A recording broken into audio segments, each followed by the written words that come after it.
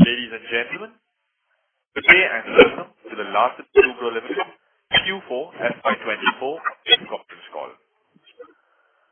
As a reminder, all participant lines will be in listen-only mode. There will be an opportunity for you to ask questions after the presentation concludes.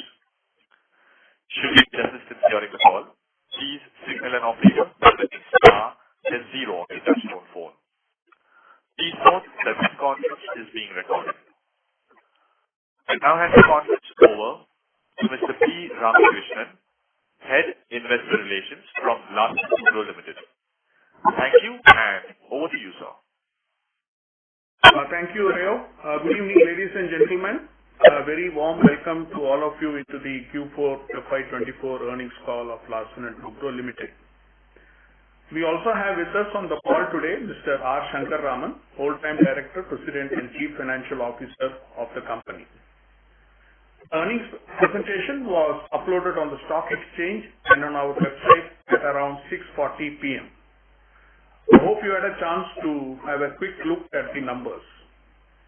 As per practice, instead of going through the entire presentation, I will first walk you through the important milestones and achievements for the year, followed by our progress in our strategic plan that ends in FY26, a synopsis of our financial performance for the quarter Q4 and FY24, and finally the guidance for FY25 in the next 30 minutes or so, post which we will take the Q&A.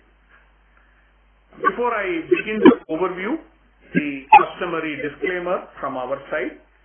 The presentation which we have uploaded on the stock exchange on our website today, including the discussions we will have on the call, may contain certain forward-looking statements concerning L&T Group's business prospects and profitability, which are subject to several risks and uncertainties, and the actual results could materially differ from those in such forward-looking statements. I would request you to go through the detailed disclaimer which is available in slide 2 of our earnings presentation that we have uploaded. Despite the global headwinds, the Indian economy continues to present a picture of resilience and momentum. The investment activity remains healthy on the back of continuing public capex and a selective recovery in private capex.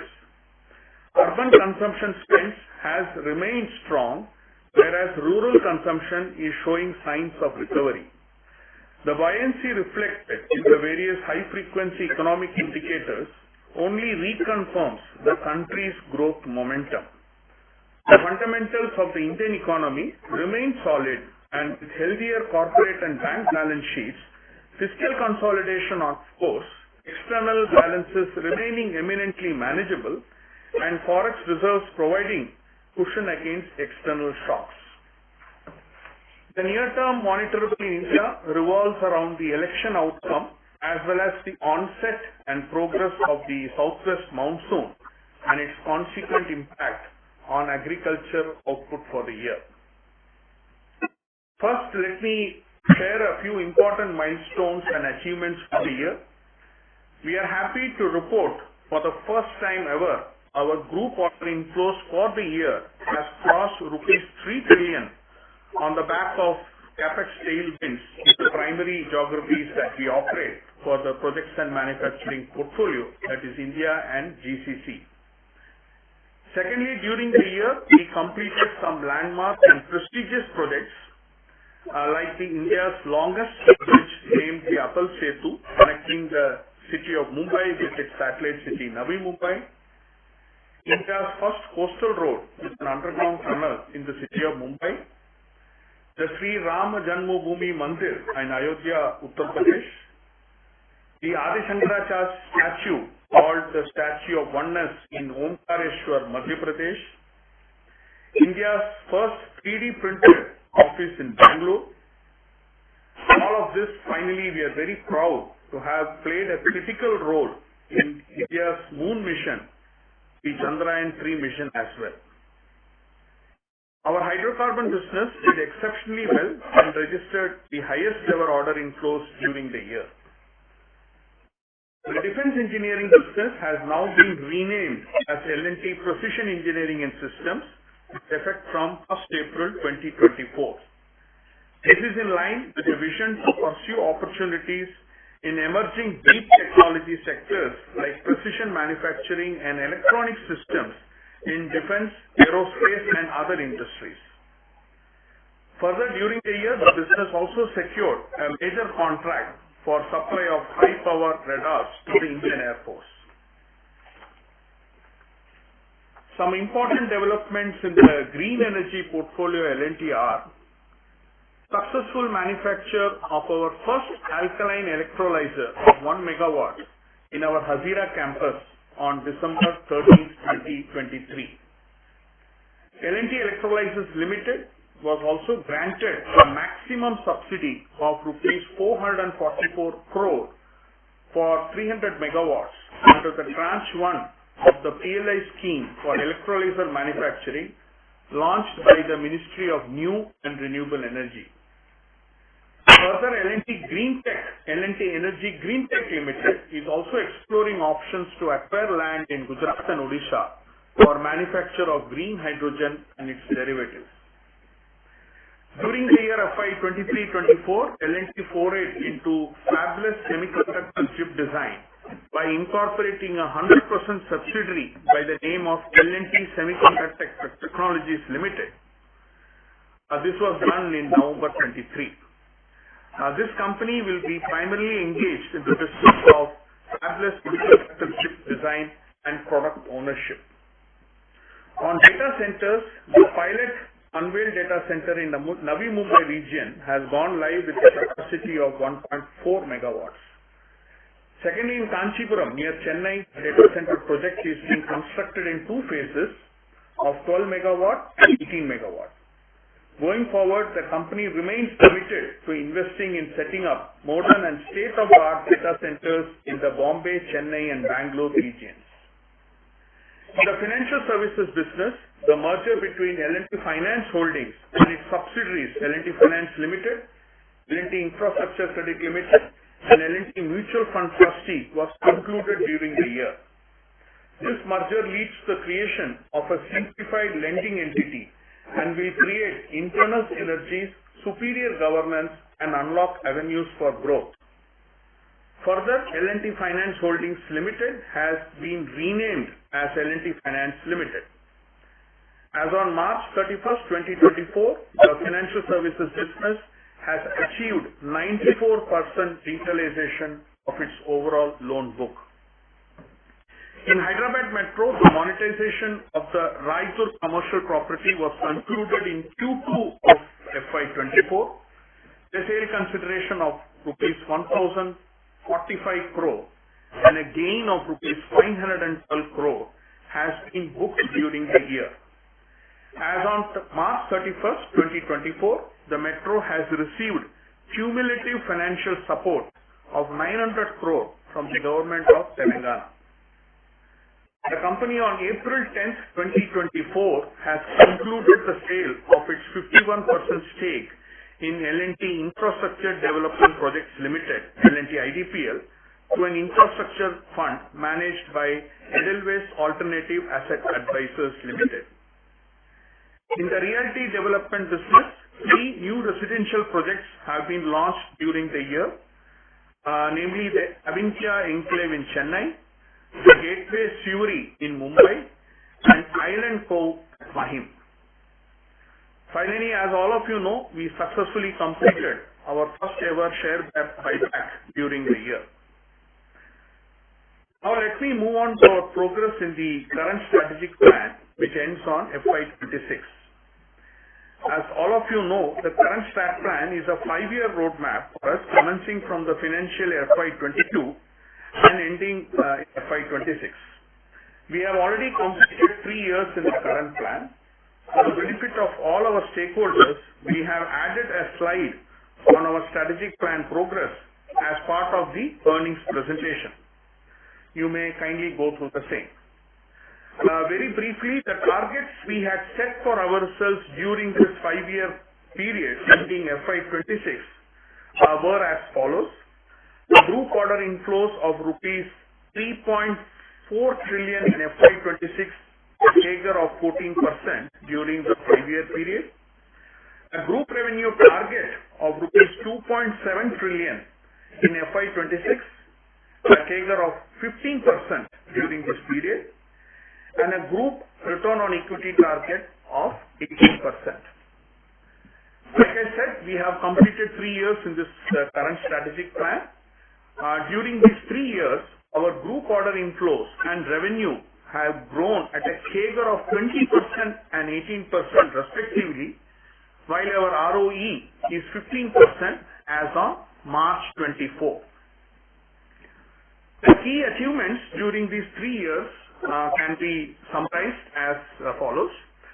We have achieved ahead of estimate growth in our projects and manufacturing portfolio.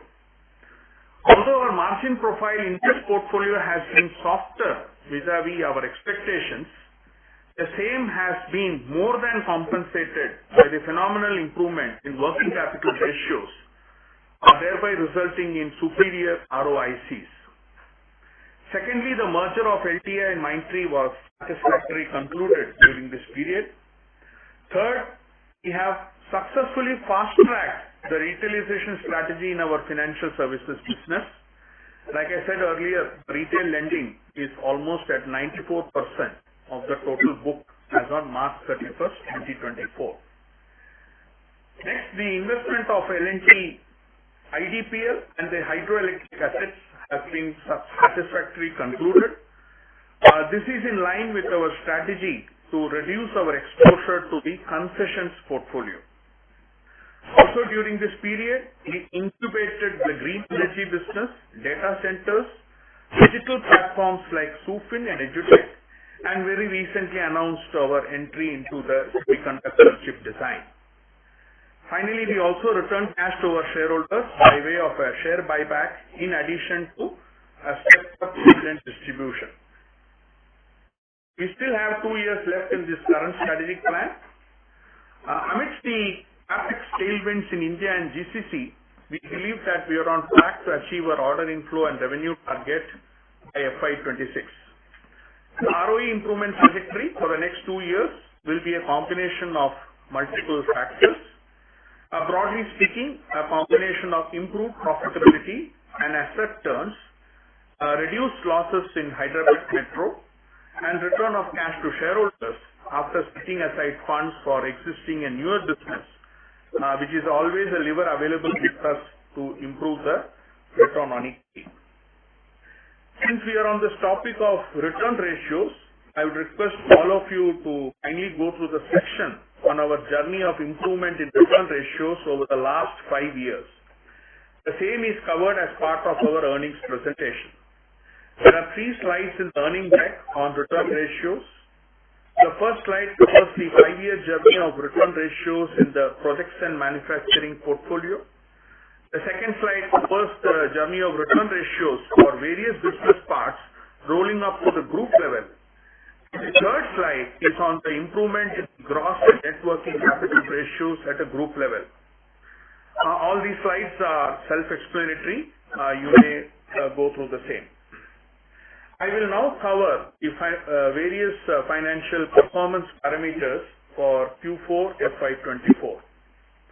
This quarter, Q4 FY24, is a quarter of robust performance across the various financial parameters.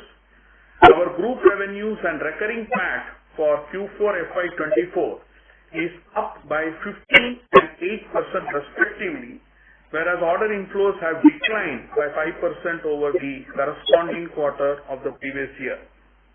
Our NWC to revenue at 12% in Q4 FY24 registers a sequential improvement of 46 basis points and 410 basis points on a Y-on-Y basis.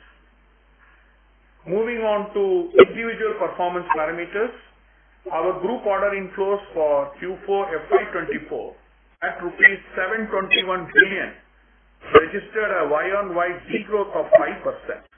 Within that, our projects and manufacturing business portfolio secured order inflows of rupees 560 billion for Q4, declining by 8% over the corresponding period of the previous year.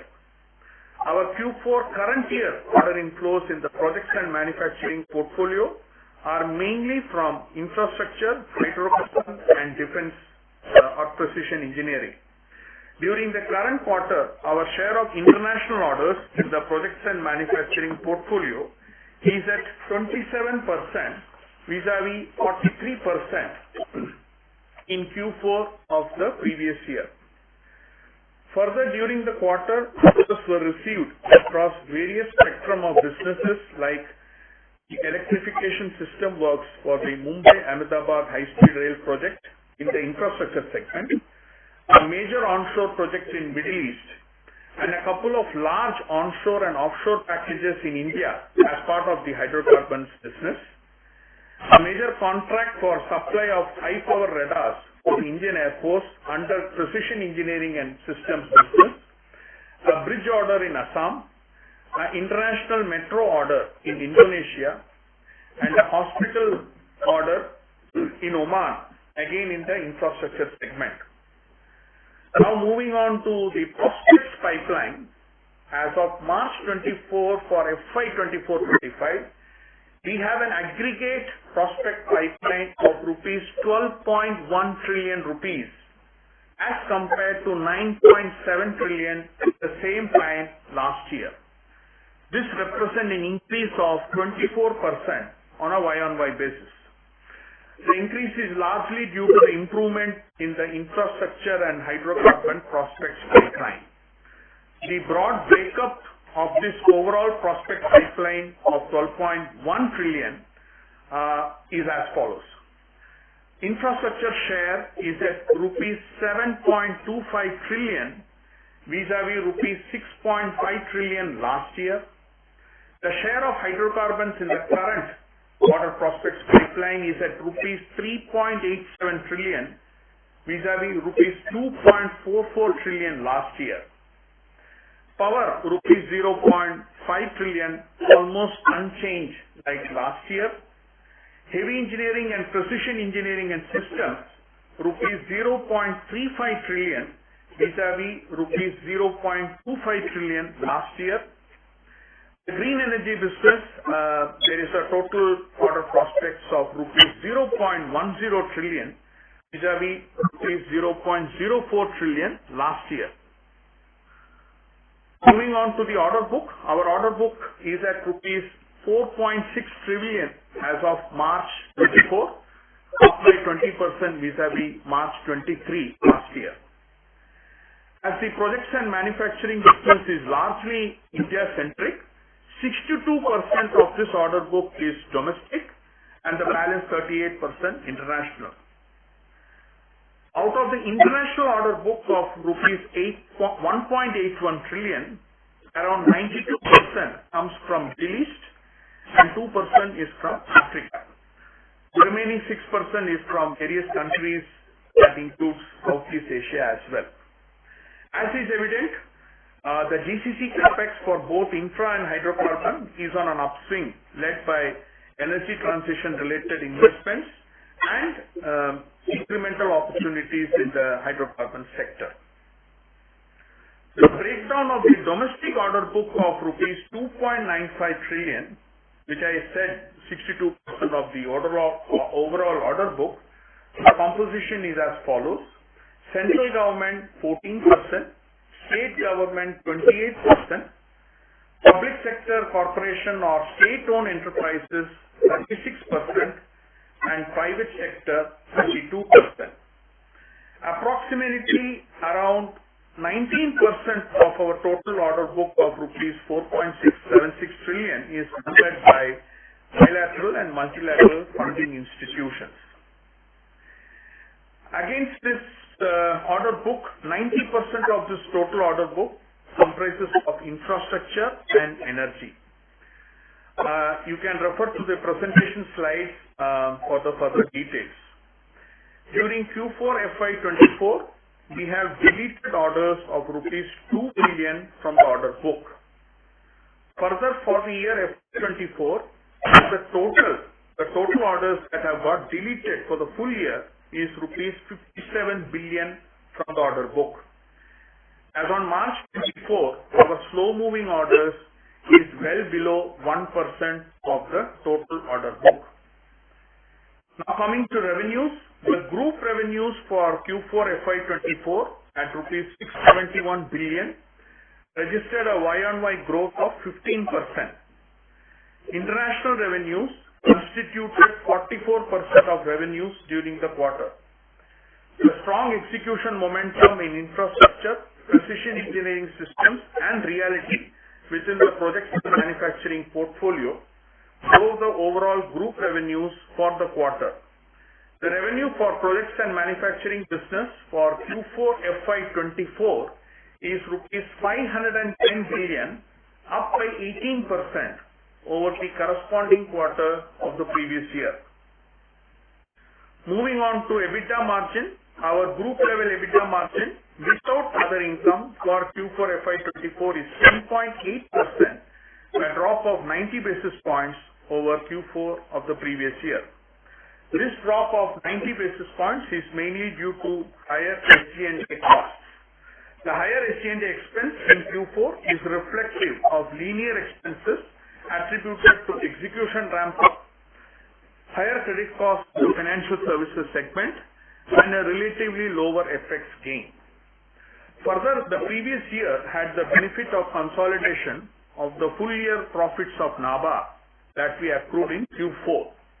The detailed breakup of EBITDA margin business-wise, including other income, is given in annexures to the earnings presentation.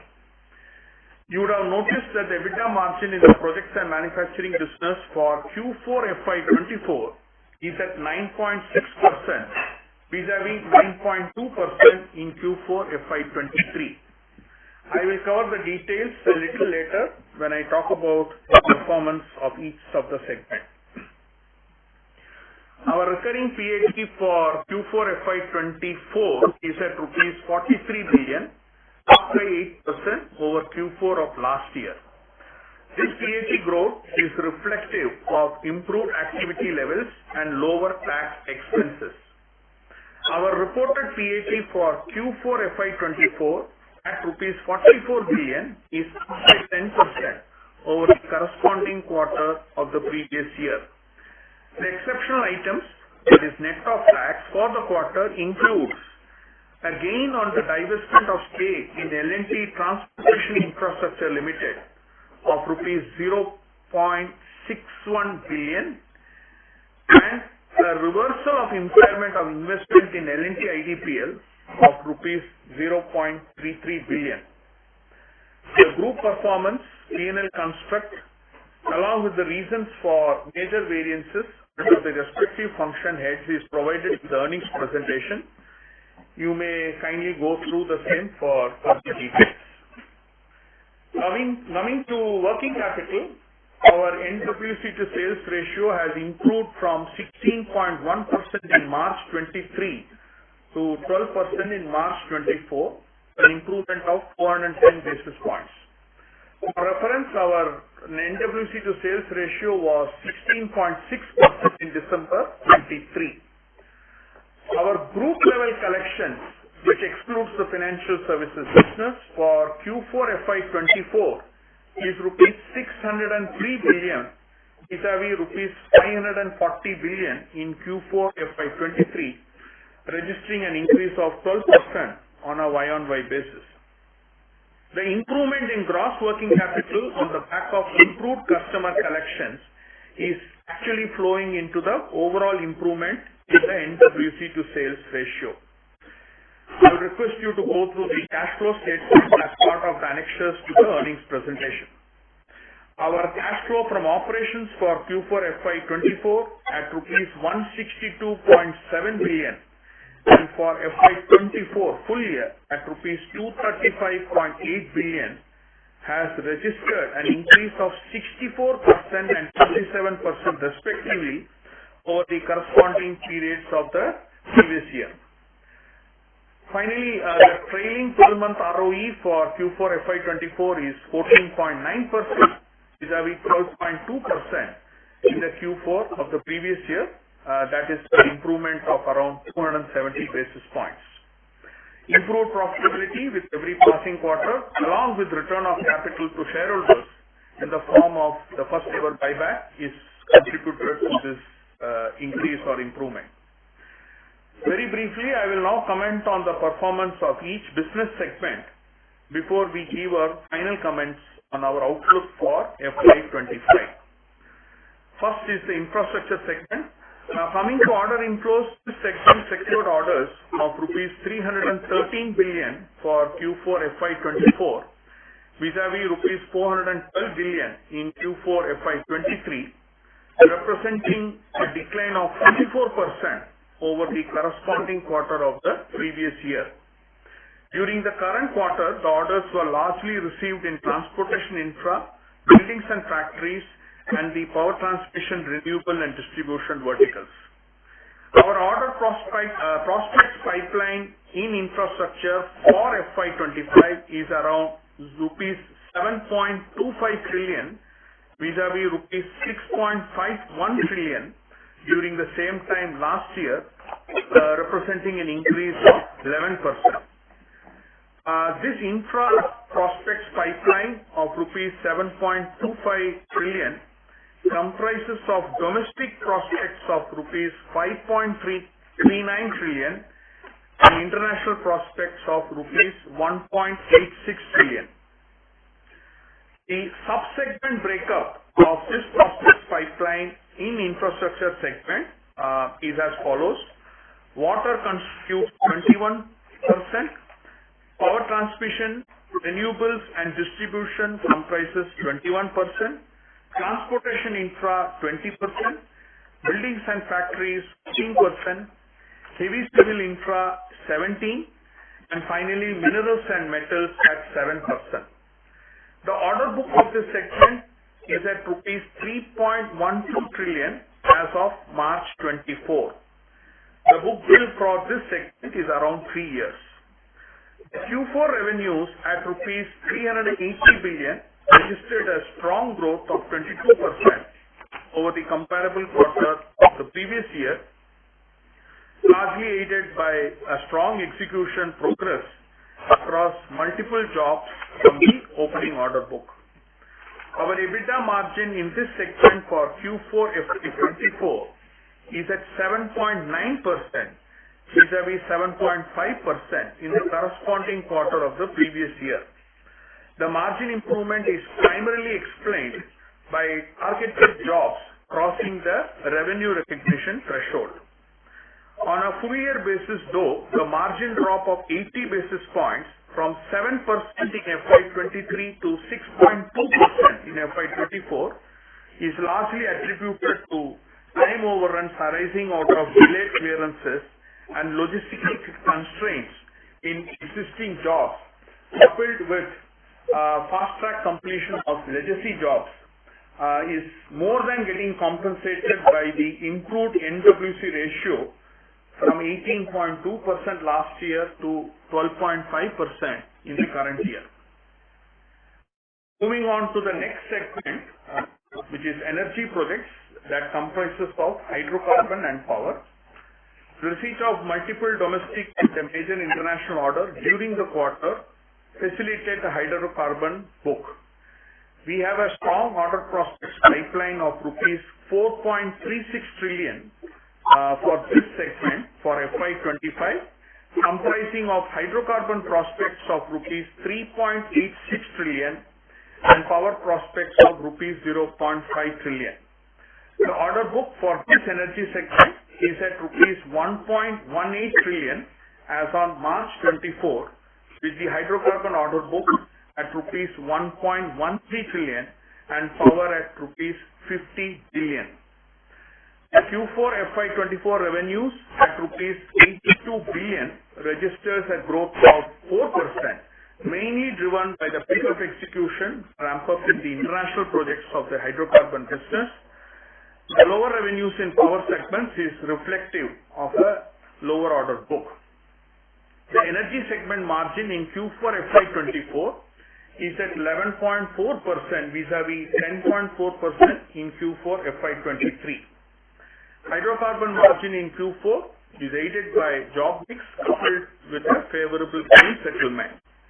The power margins are largely in line with that of the previous year, although the previous year had the benefit of execution cost savings upon a particular closure of the job. We will now move on to the third segment, which is the high-tech manufacturing segment, which comprises of the heavy engineering fabrication business and the precision engineering and systems business. The receipt of a major order during the quarter buoyed the order book of the precision engineering and systems, whereas heavy engineering business benefited from the receipt of a significant order from a key oil and gas customer in the Middle East. The order book of this segment at rupees 320 billion as of March 24. The order prospects pipeline for this segment in FY25 is around rupees 346 billion. The strong execution momentum drove revenues in the precision engineering and systems business, whereas heavy engineering revenue was impacted due to a lower opening order book consequent upon certain order deferrals. The margins of this segment reflects the stages of execution of the various jobs. Since we are on this particular segment, I would once again reiterate that the precision engineering systems business does not manufacture any explosives nor ammunition of any kind, including cluster ammunitions or anti-personnel landmines or nuclear weapons or components for such munitions. The business also does not customize any delivery systems for such munitions. Moving on to the next segment, that is the IT and technology services, which comprises of two listed entities, LTIMindtree and L&T Technology Services. The revenues for this segment at rupees 112 billion in Q4 FY24 registered a modest growth of 3% attributed to the subdued global macro conditions that is impacting IT spend. Despite the ongoing macroeconomic concerns, the deal pipeline for this segment is healthy with a good visibility across the various sub-segments. The margin for this segment is largely in line with that of the previous year. I will not dwell too much on this as both the companies in this segment are listed entities and the detailed fact sheets are already available in the public domain. We now move on to financial services segment. Like I said, L&T Finance Holdings has been renamed as L&T Finance Limited.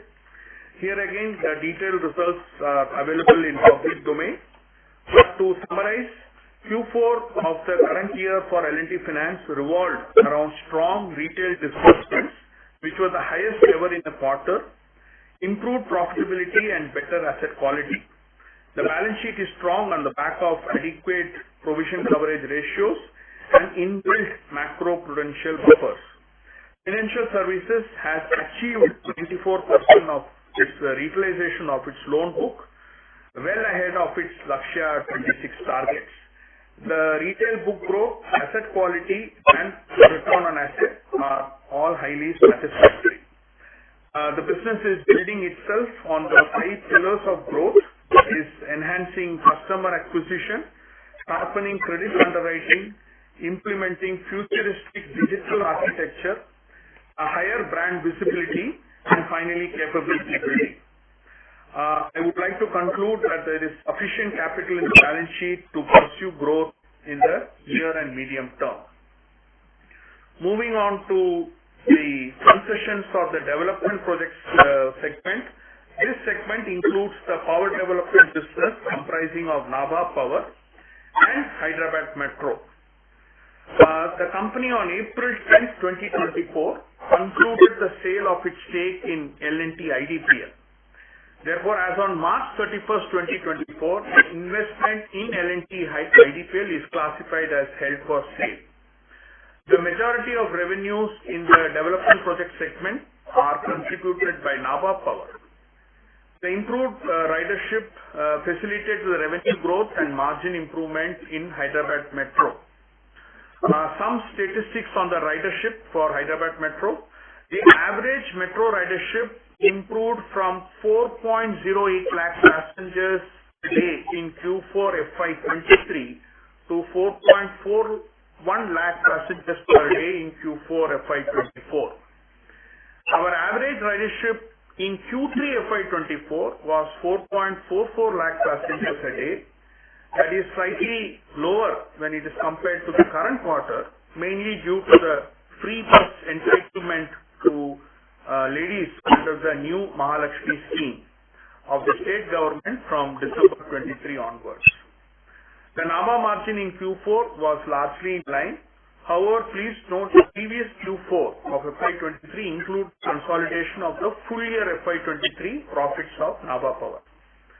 The metro at a PAT level, the consolidated loss of rupees 2.11 billion in Q4 FY24 vis-a-vis a loss of rupees 3.35 billion in Q4 FY23.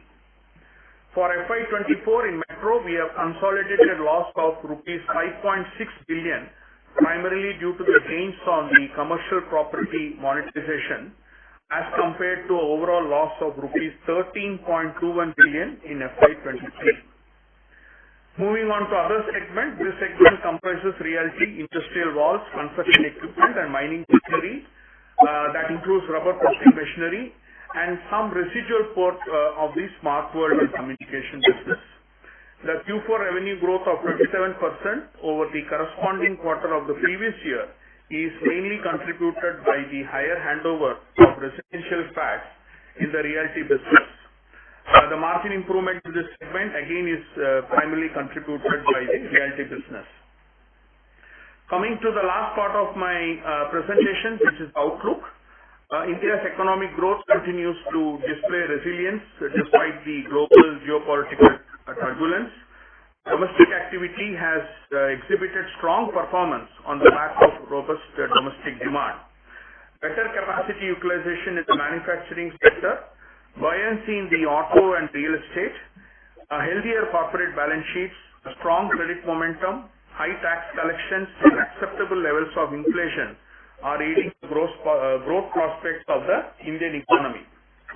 The country's growth momentum is likely to continue the medium term, backed by the sustained strength in domestic demand, easing on inflationary pressures, focused fiscal spending by the government, and a strong manufacturing revival through new age greenfield investments and brownfield expansion across sectors. A combination of public and private capex spending is expected to propel the country's growth in the years to come. On the global front, the U.S. economy has shown persistence so far, but the inflation levels have led to the postponement of the rate cut decision by the Federal Reserve. Further, the U.S. presidential elections in November is expected to contribute to the economic volatility. Elsewhere, the UK and Europe economies are still fragile, and concerns around growth in China could further dampen the economic revitalization. The Middle East region is also feeling the impact of conflict in West Asia. An escalation or spread of the conflict and disruptions in the Red Sea could have an adverse economic impact in the region. Besides continued investments in oil and gas, structural reforms in these countries remain critical to boosting growth in the medium term by way of diversification into clean energy and other industrial sectors such as mineral processing. The headwinds from geopolitical tension, volatility in international financial markets, geoeconomic fragmentation, continuing sea route trade disruption, and extreme weather events pose risks to the outlook. Nevertheless, India, due to its structural reforms, strengthening physical and digital infrastructure, as well as upbeat business and consumer confidence, is in a relatively superior position to withstand these multiple challenges. In this backdrop, the company, L&T, will continue to focus on profitable execution of its record high order book, as well as position itself for tapping into emerging opportunities.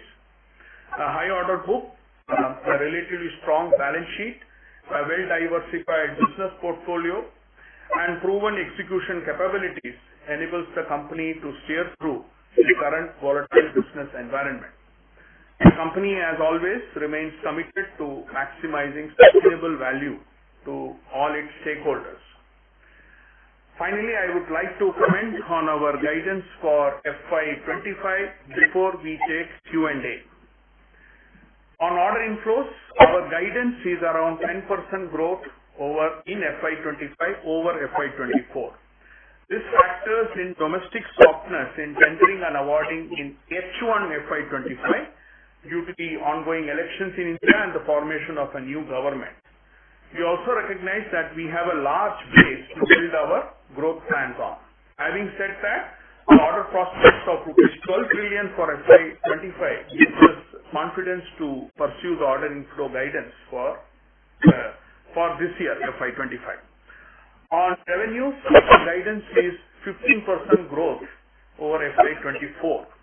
Given the large order book at this juncture, we believe our execution should carry on at a healthy clip without diluting our capital usage efficiency.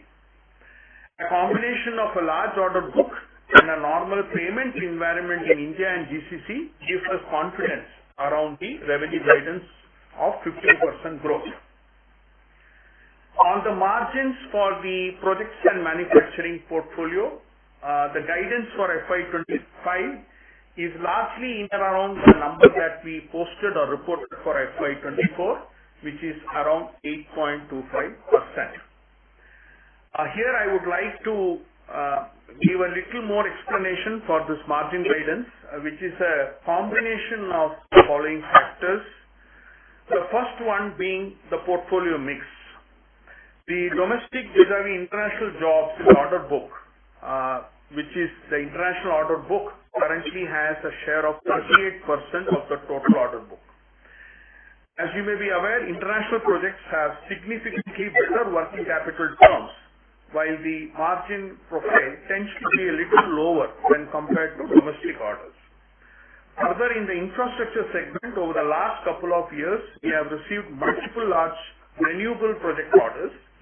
These renewable project orders gives us good revenue boost, but come with superior working capital terms, but the flip side being that these jobs have lower embedded margins. The second point is on the EPC business risk. As you are aware, most domestic jobs are bid on competitive basis and the lowest bidder is awarded the contract. The quality and cost-based selection criteria or the QCBS is yet to evolve in India. In such a bidding environment, there is always a likelihood of the cost of execution exceeding estimates, although partially reimbursable by clients at a later date. Additionally, in infrastructure projects, time delays are inevitable given the large number of clearances that are involved. The third point is on client claims. Whereas the payments from clients have improved over time, claim acceptance and settlements from clients are witnessing delays. This impacts the margin. Last, EPC business is cyclical in nature. It does appear that we are in the middle of an upcycle where the growth has preceded our own plans. In order to improve our preparedness to deliver, investments in resources and capability building are required, which could impact margin in the near term, but followed by benefits in the medium term.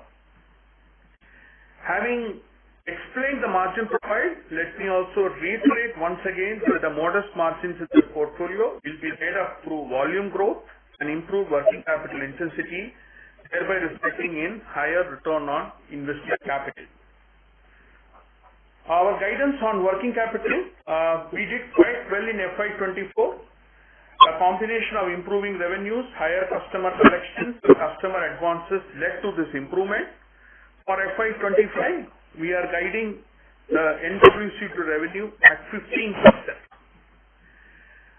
Before I conclude, I just want to give you an update that has been recently filed in the stock exchange maybe an hour back. I would like to confirm to you that L&T, Larsen and Toubro Ltd, has been given by S&P Global Ratings by its letter dated today. It has assigned BBB+ long-term issuer credit rating, which is 2 notches above the sovereign credit rating. The detailed filing is there in the stock exchange. Thank you, ladies and gentlemen, for this patient hearing. We will now begin the Q&A. We have covered in the last almost 45 minutes a lot of ground on the performance for the year and the guidance as well for FY25. In order to make best use of the available time, I would request you to restrict your questions on strategy and outlook. This will be answered by Mr. Shankar Raman. Any further bookkeeping related queries can be addressed by IR team, that's myself and Harish, later on. Thank you. Thank you very much. We will now begin the question and answer session. Anyone who wishes to ask questions, press star and 1 on the touchtone telephone. If you wish to remove yourself from the question queue, you may press star and 2.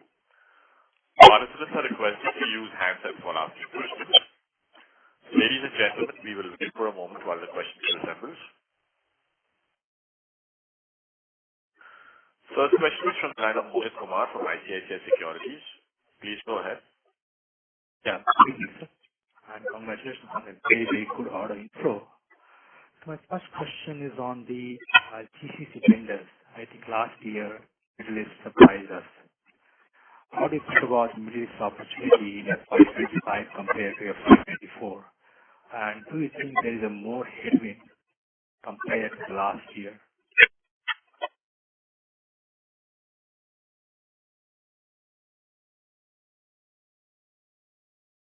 Hello.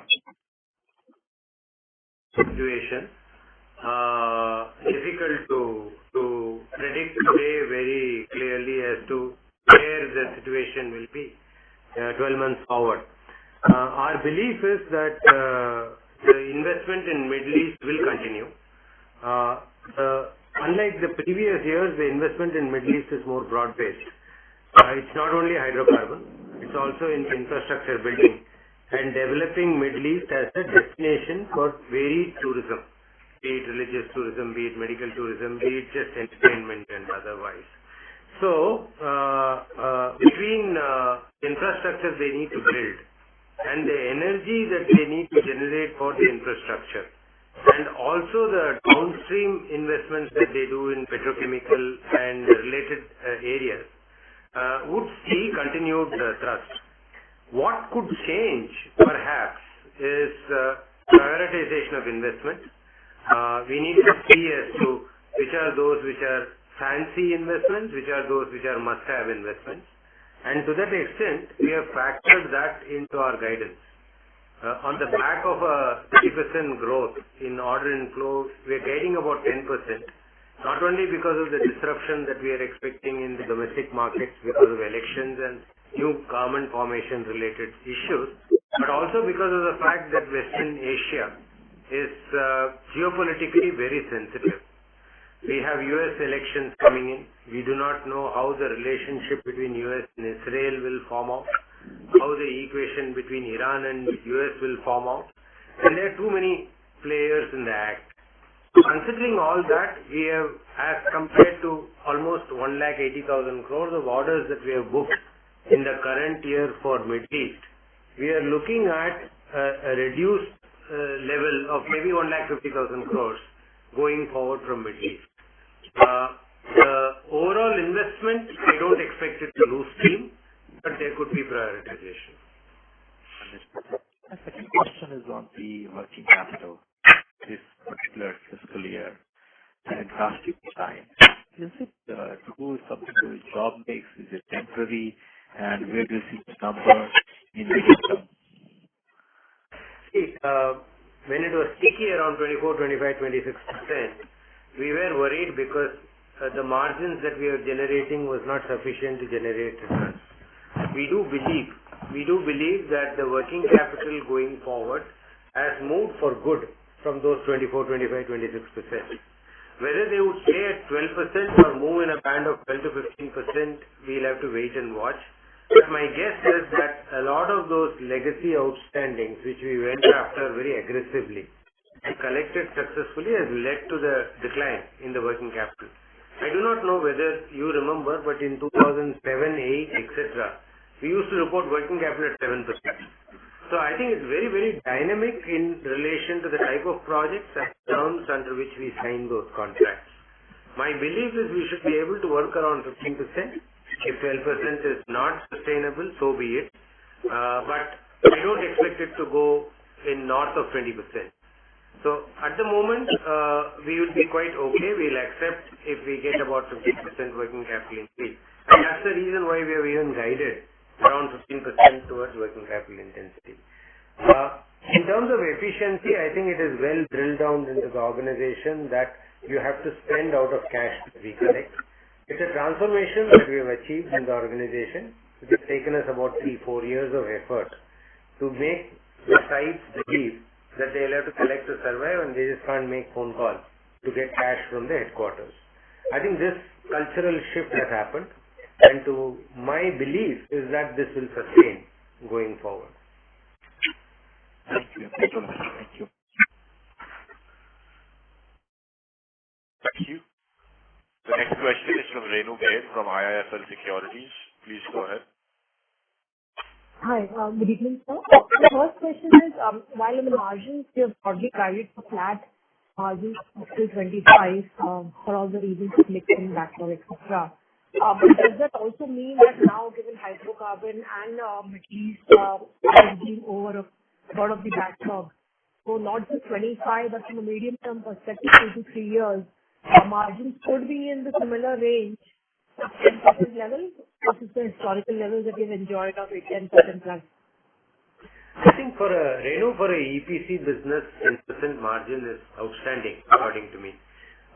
You can look at all the global peers; they nowhere are near these levels. So I will any day happily take if the business is going to generate a 10% margin on a consistent level. The needle mover has been the construction business that we have been operating. And in infrastructure business, unfortunately, there are several levers at play which influences the margin. Our own belief is that we should be able to have a plan to improve the current margins of construction business, infrastructure business, which is about 6.2% to about 7% level. Whether it happens in one shot or whether it happens over 2 years in stages, we'll have to wait and watch. But we do think that the margin improvement would be largely driven by the improvement that we see in construction business rather than in the hydrocarbon business. Sure. And the margin guidance excludes claim settlement for the large mega projects we have been completing and commissioning in the recent times. We have realized the hard way, Renu, that it's difficult to predict the customer's response in terms of these claims settlement. They go through extensive discussions. It also has something to do with the budgets that they have had for getting the projects approved. So the processes involved are unfortunately little time drawn. So my guess is that as and when these happens, we could report some improvement in margin, but hard to predict a timeline. But at the moment, the margin guidance excludes anything which is of significantly deviant nature. Got it. Secondly, on the Hyderabad metro, while ridership and overall performance has improved, where are we in terms of unlocking value in this asset and bringing private equity investor? Do you think it could be on cards in the next 12 to 18 months or could be beyond the current strat plan? We're actually, as they say, we need to dress the bride up. We need to get the fundamentals a little better organized in Hyderabad metro. I think the traffic is punching below its weight. The traffic has potential to go up to 5.5 lakh crore or 6 lakh crore or thereabouts in that range. And so to an extent about 100,000 people, more than what currently are using metro should use. But we should also realize that this is something transformational from Hyderabad. Hyderabad never has had a metro. The only way people used to travel apart from their cars is autos or buses. And these modes of transport are often subject to some political maneuvers. The current government has announced free passage to women travelers. That's taken about 40,000 people from our traffic from Hyderabad metro. So we need to wait and watch as to how these dynamics play out.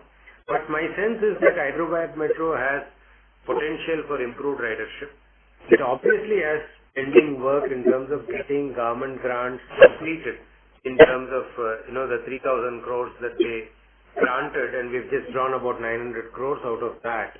The balance 2,100 crores has to be drawn.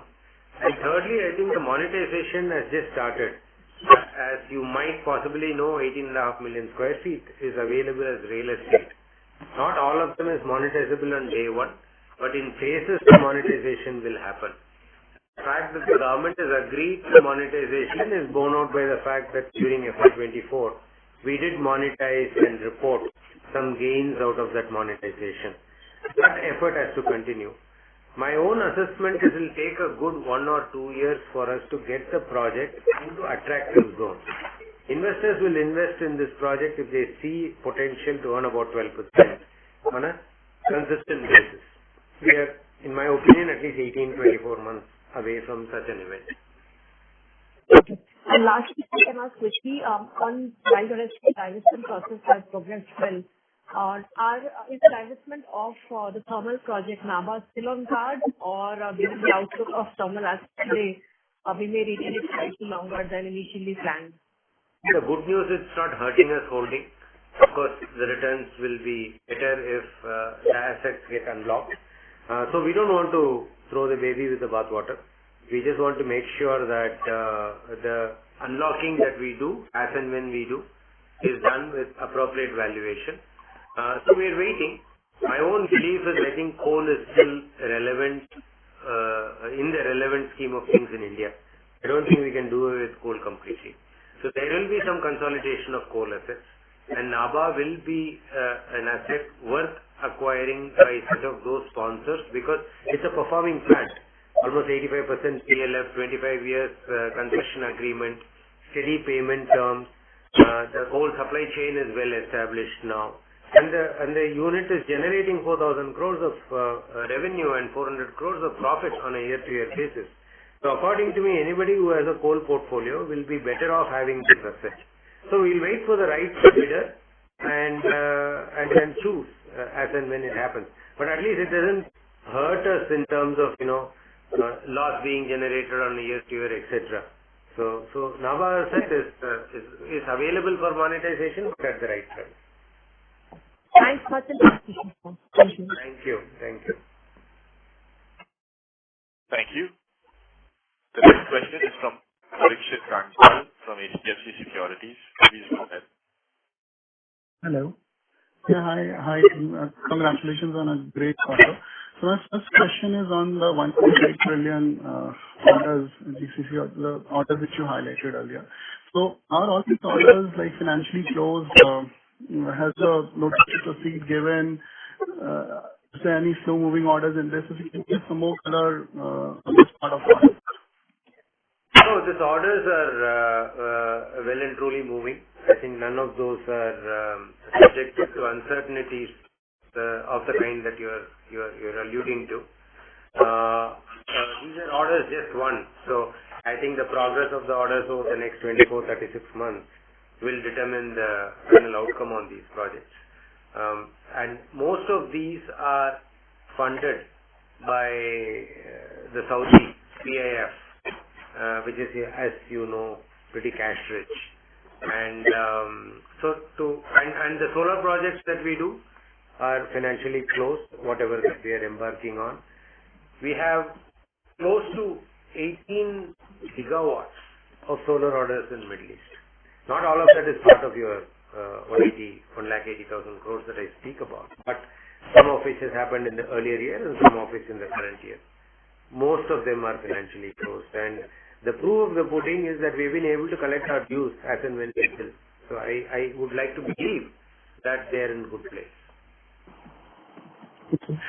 Just a second question on the order inflow growth of 10%. So if you can help us understand how are you looking for the growth in export orders and then domestic orders, some color on that will help, given we have such a strong inflow of 1.6 trillion for FY24. So just wanted some more color on that. Yeah, we speak about prospect of about 12 lakh crore in terms of orders, and roughly, ballpark I'm speaking, about 7 lakh crore could be domestic orders and about 5 lakh crore could be international orders. Now, our 1,80,000 crores that we won in the current year out of the 3 lakh crore of orders could possibly be, based on our current estimate, around 1.5 lakh crore. So to some extent, if you just compare period to period, we have factored in some decline in the international orders, but that gets compensated by the step up in the domestic orders. We do believe that the economy has benefited by the investment first approach, and the tax collections bear testimony to this policy of investment first. So I guess post-elections, when the new government comes in, they will pursue with this policy. If this happens, the relative decline that we have presumed in our next year's budget for order inflow could be compensated by the domestic orders, and consequently, we think that overall growth of 10% can be met. Well, as things pan out, the ratios could change depending on the current development, because this is as we could see today. Now, how things move out in terms of West Asia and how things move out in terms of India, etc., we'll have to wait and watch. Big events are at play. US election is a major event that will have an implication on the West Asian geopolitical developments. So is the Indian election. So at the moment, our best case estimate would be that 10% growth, given that 3-4 months will go away in the current year just by getting the government re-elected and repositioned, followed by some monsoon months. We do think that the action would be in the second half of the year. And hence, the guidance is on a very large base of 3 lakh crore, a 10% increase. But my sense is that there would be a decline in international orders and could get compensated by domestic orders. Also, just on the real estate piece, this piece, we are on a super cycle on real estate. So, but very limited information shared by L&T. So I just wanted, and this has been a big value creator of a lot of companies on the listed space. I just wanted to understand on real estate, if you can help us with the pre-sales or the new sales booking for FY24, and any plans, any sense directionally on FY26 potentially growth we are looking at. So this could be a big value driver for L&T. You're right. I think it's a good value driver, and it's always good to have some cards up your sleeve, right, for overall value accretion. So I do think that this is one of those. For FY24, we have booked fresh orders worth about 4,500 crores. Close to about 2,000 apartments we have been able to sell, largely from residential, even though we are also developing 15 million square feet of commercial area. Part of the commercial area is for our own expansion and use, and part is for divestment and sale on development. You might have heard or read about the fact that we have tied up with Capital Land for the commercial real estate, which is meant for third-party use. So on construction completion and OC being received, these real estates would be monetized. The idea is to unlock the capital and recycle in the real estate business. On residential, I think the demand has revived, and the demand for high-end apartments have also revived very well. Today we find that in markets like Mumbai, Bangalore, maybe a bit in Chennai and a bit in Hyderabad, a bit in NCR region in Delhi, as well as in Pune. These are markets where we are seeing a lot of traction for residential apartments. We have projects in Mumbai, Bangalore, Chennai and NCR, Delhi. We don't yet have in Pune. But we think that based on the nearly 3,000 crores worth of revenues that we have earned in FY24, we should be heading towards growth, both in terms of fresh order booking as well as sales. I must hasten to add that the sales in real estate business is on account of apartments handed over and not on the basis of, working progress in terms of construction progress. So the apartments handing over has got a big issue to be resolved, which is approvals by the local authorities and occupational certificate being given. It's a very bureaucratic area, so we find it often a challenge to make sure that the pace of approvals are in sync with the pace in which we are able to complete the projects. Our guess is that we will be able to improve on our sales realization of 3,000 crores for FY24 in FY25. And profits are actually a consequential flow through. So we do believe that both in terms of order inflow and in terms of sales and consequently in terms of cash flow and profits, real estate will do well. Whether we are ready to list these entities, we'll have to wait and watch, because I think we are very conscious about our reputation. Minute we list, we have to make sure that it is repeatable and sustainable business model. We'll have to wait and watch as to how this progresses. But I do believe this is a gem available to be unlocked in the portfolio. But new order booking with FY26, any sense how this 4,500 could move like in next 2 years? Can it touch a 10,000 number internally? I mean, any numbers you're targeting? It's difficult to put a number of that magnitude, because all this booking will have to come from projects that we are executing, right? And today there are finite projects that we are executing. The difficulty in projecting in order booking number is that we don't sell until we get the clearances. I think we're very conscious of the fact that we have a reputation to protect. So unlike many players in the real estate entity, we just don't book and then cancel later. So my sense is it will all depend on the land parcel. It will depend on whether it is a slum rehabilitation project or a clean piece of land. It will also depend on the approval process that are involved. So my guess is that you can at the moment take it as a growth area, but whether it will reach 10,000 by FY26, hard to predict. We will not resist if it is going to get there, but we possibly might need luck to be there. This is the last question on this entire UMP revival. So any plans relook at investing capex to cater to the upcoming bidding or the capacity addition? Which is that revival? UMPs. Power plants. Oh, ultra mega power plants. Okay. See, at the moment, I think we have not retained our focus on coal-based power plants for a couple of reasons. One is obviously, I think we think the oil and gas and the green energy has a better future. So we're putting our bets there. And secondly, the terms under which these contracts are available for ultra mega are not necessarily very EPC friendly. If I take those orders for sake of order booking, you will question me on my working capital efficiency and margins arising therefrom. So I need to balance the opportunities that are available in UMPP area and in the rest of the area. My own belief is I think we are far away from taking coal away from the equation of energy generation. Coal will continue to exist. The choice is whether we would like to be there or we would like to be in some futuristic areas. We have chosen to be in futuristic areas.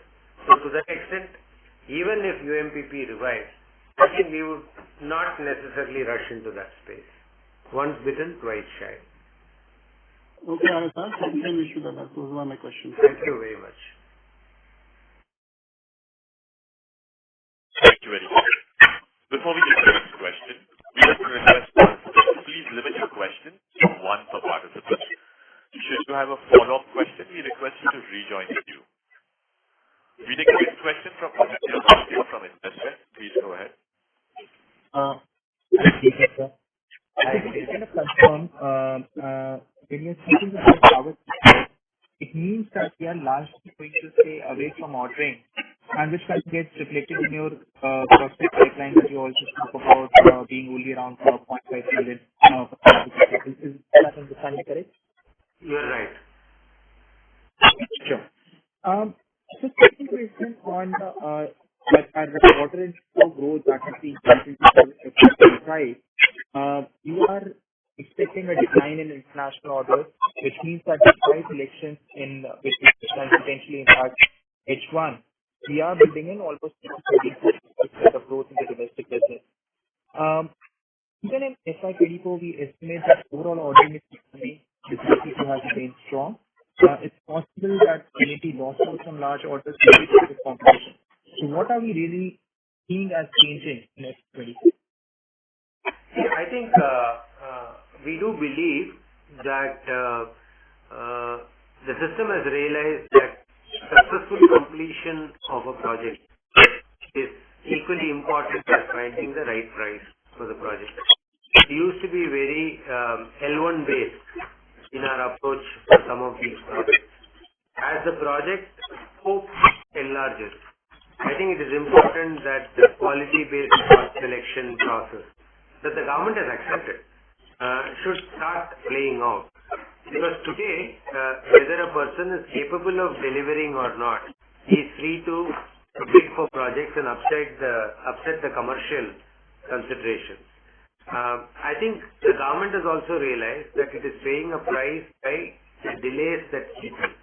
My own belief is 25 to 30% of the infrastructure cost that the country is incurring is on account of project delays and backing the wrong horse. If India is going to move towards Atmanirbhar, and if India is going to, let's say, take advantage of the US-China relationship, which means that there is an alternate source of manufacturing apart from Taiwan, apart from Korea, etc., and India has everything going for it. So one of the prerequisites I would believe, if the new government seriously looks at economic development of the country, would be to make manufacturing competitive. And if this has to happen, then it is important that the cost of infrastructure that we develop is competitive. Because if infrastructure cost is uncompetitive, then the rest of the things falls off. So my belief is that the selection criteria will take into account the projects that we completed.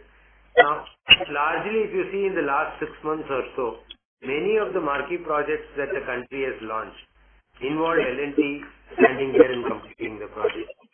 My own belief is that there could be some selection criteria that will come in play, which will help us get a little more market share than what we had done in the past.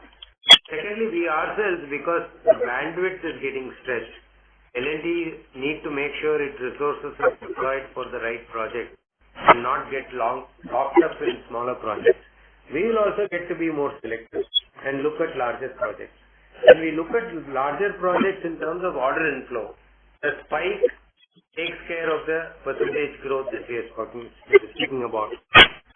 It matters to me that I win lesser number of jobs, each job being of a larger value as compared to the past, where we had to compete with every Tom, Dick and Harry.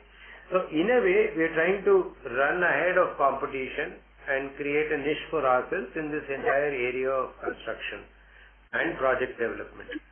The investments that we are doing, which is all seen in terms of some portion of our margins getting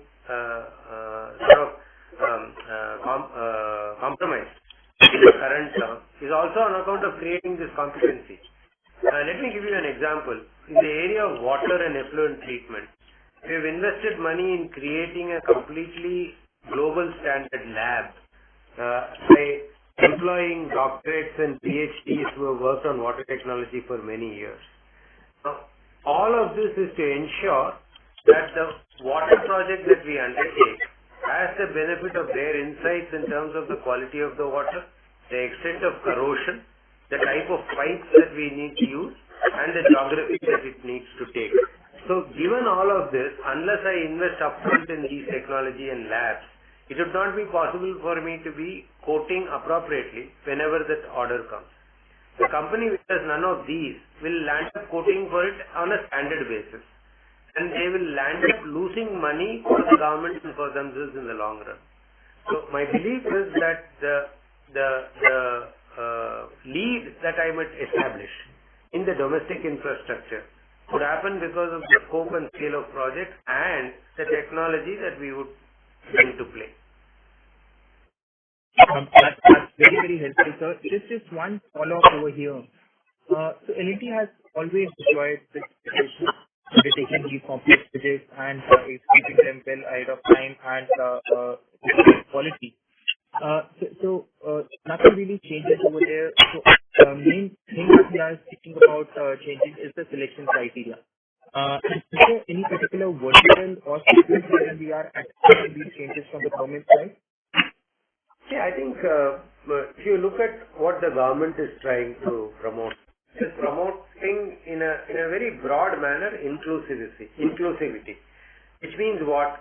It wants to take projects and employment prospects to different corners of the country.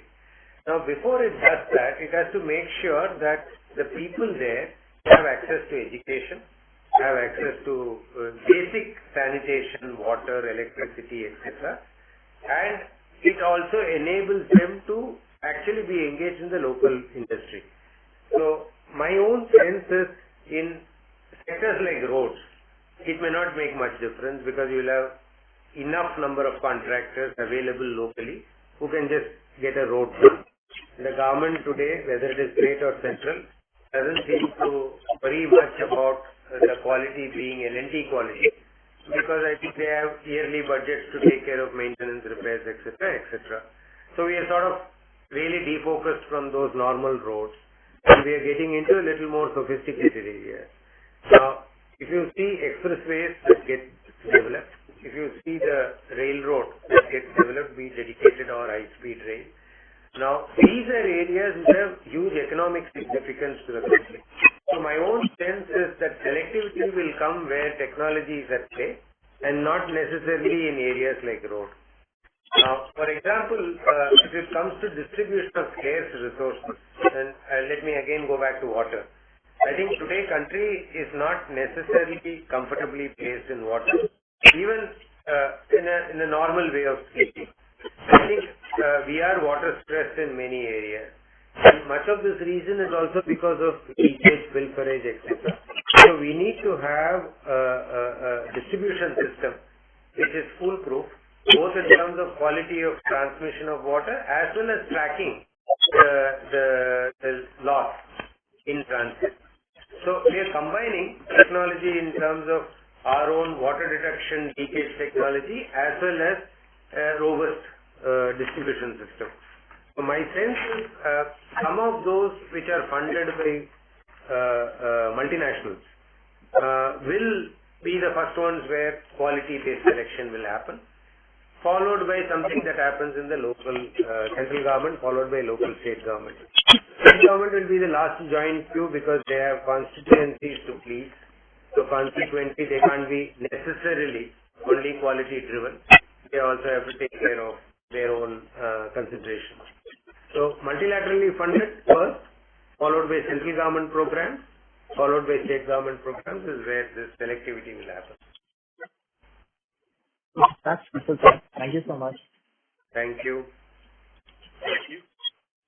Before we take the next question, a reminder to participants, please limit your question to one participant. For follow-up questions, you can rejoin the queue. Next question is from Amit Anwari from Toubro Ltd. Please go ahead. Hi, sir. Good evening. Thanks for taking my question. My question is with respect to the new initiatives which we talked about. We have done one electrolyzer, alkaline-based electrolyzer project in Hazira. And we just talked about the semiconductor fab lab. Wanted to understand the investments required here for capacity creation and any investment done so far, and when can these new initiatives, including data center, can contribute meaningfully to the revenues over the next 2-3 years? See, the current electrolyzers that we manufactured and sort of put out in December 23 is undergoing several tests for their functionality. Because we need to make sure that we have a product which is global in standard. And this is the first time ever anybody in India has put technology, electrolyzers based on alkaline technology. So we are trying to do that. Now there is an alternate technology called PEM technology, and we are also trying to explore as to whether PEM technology, how does it work? Because end of the day, hydrogen as a source of fuel will catch on only if it is competitive. So we have to bring the cost of electrolyzer down so that we bring the cost of hydrogen down. My own sense is that it will take a year more for us to crack this code and be able to indigenize sufficiently the components of electrolyzer. The electrolyzer initially that we have made has fair bit of imported components. Those needs to be sourced indigenously, for which we'll have to develop a supply chain. My assessment is during 24-25, we will start manufacturing a few more electrolyzers. We already have an order on hand for an electrolyzer, which is a work in progress. But we think that there will be many more to follow. But provided we crack the cost competitiveness equation. Insofar as data center is concerned, I think we have launched Panvel data center, which is about 280 racks. We're trying to find customers for those 2 megawatts pilot data center. You might have heard or spoken to us earlier. We are also in the process of building a 30 megawatt data center off Kanchipuram in Tamil Nadu. And the idea is that we should be able to get some customers, including hyperscalers, to use these data centers. Our plan does include another 40 megawatts between Bangalore and Mumbai of additional data centers. So the plan is fairly large, and the 32 megawatts of data centers that we are at the moment working on is possibly about 2,200 crores of outlay. The additional 40 megawatts that I spoke to you about will involve further outlay. But the utilization of these data centers and the type of clients that we get will also drive the extent to which we feature the construction of the data center. The specifications are very user-based, user-dependent. Hyperscalers would require at a certain specificity and others would require at a certain other specificity. We also are not looking at these as just co-location centers. We are looking to provide cloud services on top of this. So the value add that we will get is only when you have hyperscalers working. And hyperscalers working out of our premises would mean that the features of the data center we construct appropriately meets their requirement. So the capital allocation will be well met by the cash flows that we have in the company. It is not expected to force us to borrow to meet these capital expenditures, but would actually depend on the type of customers we sort of sign up with. Electrolyzer, we want to increase the 1 megawatt capacity to 4 megawatt capacity because each electrolyzer is a bulky equipment and we are not able to visualize somebody who wants to put electrolyzers of 10 megawatts, 20 megawatts, doing it in multiples of 1 megawatt unit. So we are trying to do some nano version of these with increased capacity. So it's work in progress, and the amount we might be required to invest would depend on how these initiatives pan out. We invested about 25 odd crores for the current electrolyzers that we have put up. So it's not very capital intensive, but it is not very efficient. So we need to crack and improve on the efficiency and the sizing. Maybe a few months or a few quarters down the line, we will be a little better placed to assess the capital requirement of this. Sure. So my next question is on Hyderabad Metro. You did highlight that at least 40,000 ridership got impacted because of the free women scheme. So I think that now would not be there for at least next 2 to 3 years. So is that going to delay our restructuring plan in Hyderabad Metro? And second thing, wanted to understand the 2,500 crore interest-free loan which we were supposed to get as a part of restructuring and refinancing. Is that on track? And third, what kind of monetization amount expected in FY25 this year? I think was about 1,050. What could be the number next year we expect? Okay.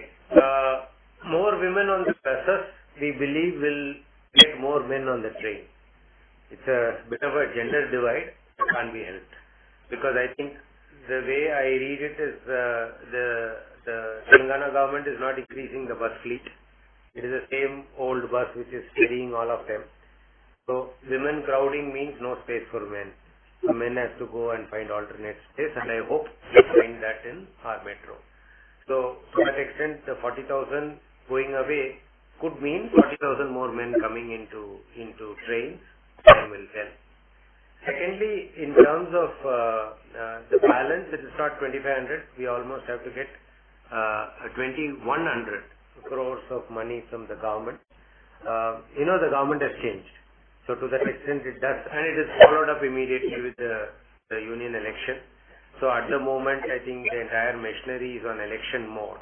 So the environment is not conducive for us to sit down and talk commerce. So we'll wait for this election event to be over, and we'll engage with the government.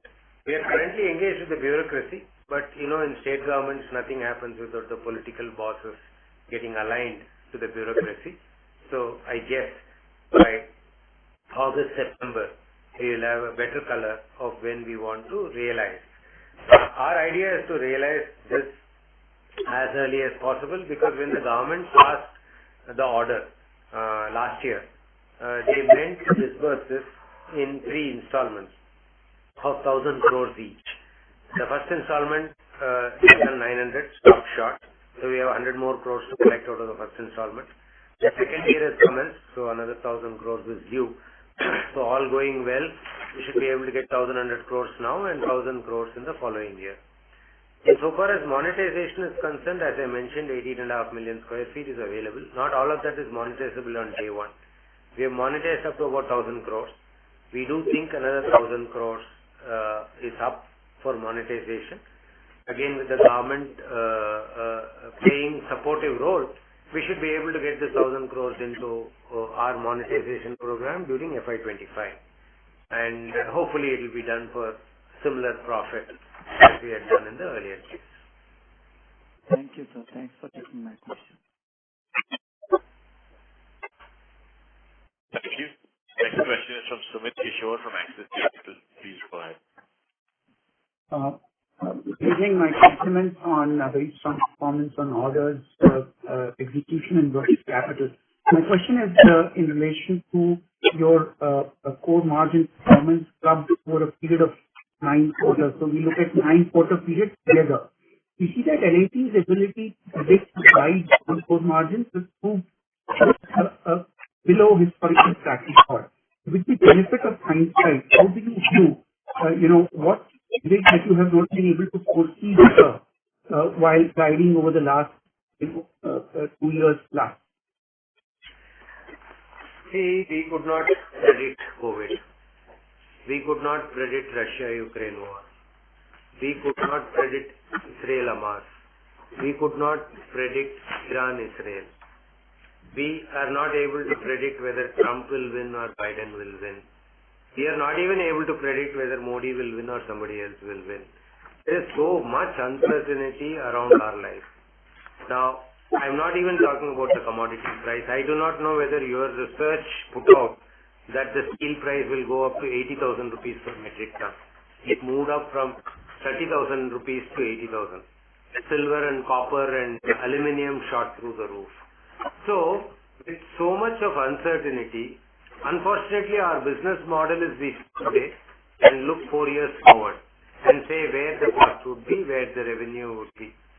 And given that we deal with execution on the ground, which means that we have to mobilize resources, we have to get imports or local supplies done, the supply chain has to work to our plan, and the resource mobilization overall has to be in line. We should get the clearances in time, the right-of-way land acquisition to be done in time. I think in hindsight, I really wonder how we got into this business with so much of uncertainty. And I also wonder how we have been able to be so consistent in our delivery over time. You might possibly say that margin prediction has moved up and down. But if you take our company's performance over the last 20 years, we run a portfolio of business which sort of self-compensates.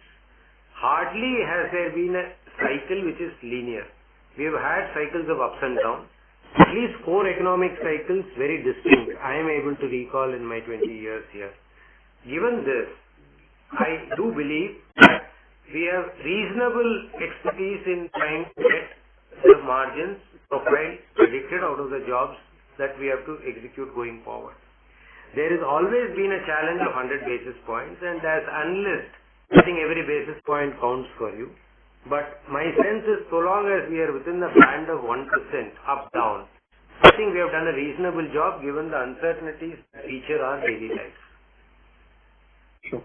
Just to clarify one point you had made earlier regarding 8 basis point, likely core margin improvement over the 2 years as you go from 6 to 7%. Given that this is the largest segment, would you have a gauge that the extent of tech and manufacturing margin improvement over the next 2 years will be of a similar magnitude? The improvement in projects and manufacturing would depend on the type of orders that we get. For example, if we are able to get large orders in the precision engineering and systems area, typically these are very high entry barriers, high on technology, low on competition, and margins would be pretty good. Now, if you are able to get some large orders that we have been targeting for the last few years, and for whatever reason government has not been able to make up its mind between public sector ordering and private sector ordering, if government really wants to push Atmanirbhar and reduce dependence on imports for some of these precision engineering and systems orders, then we could see the improvement in margins in the manufacturing portfolio as well. The improvement in margins in the infrastructure segment, essentially the construction and project management, has to come not necessarily from client giving us better prices, but us doing the work in a more efficient way.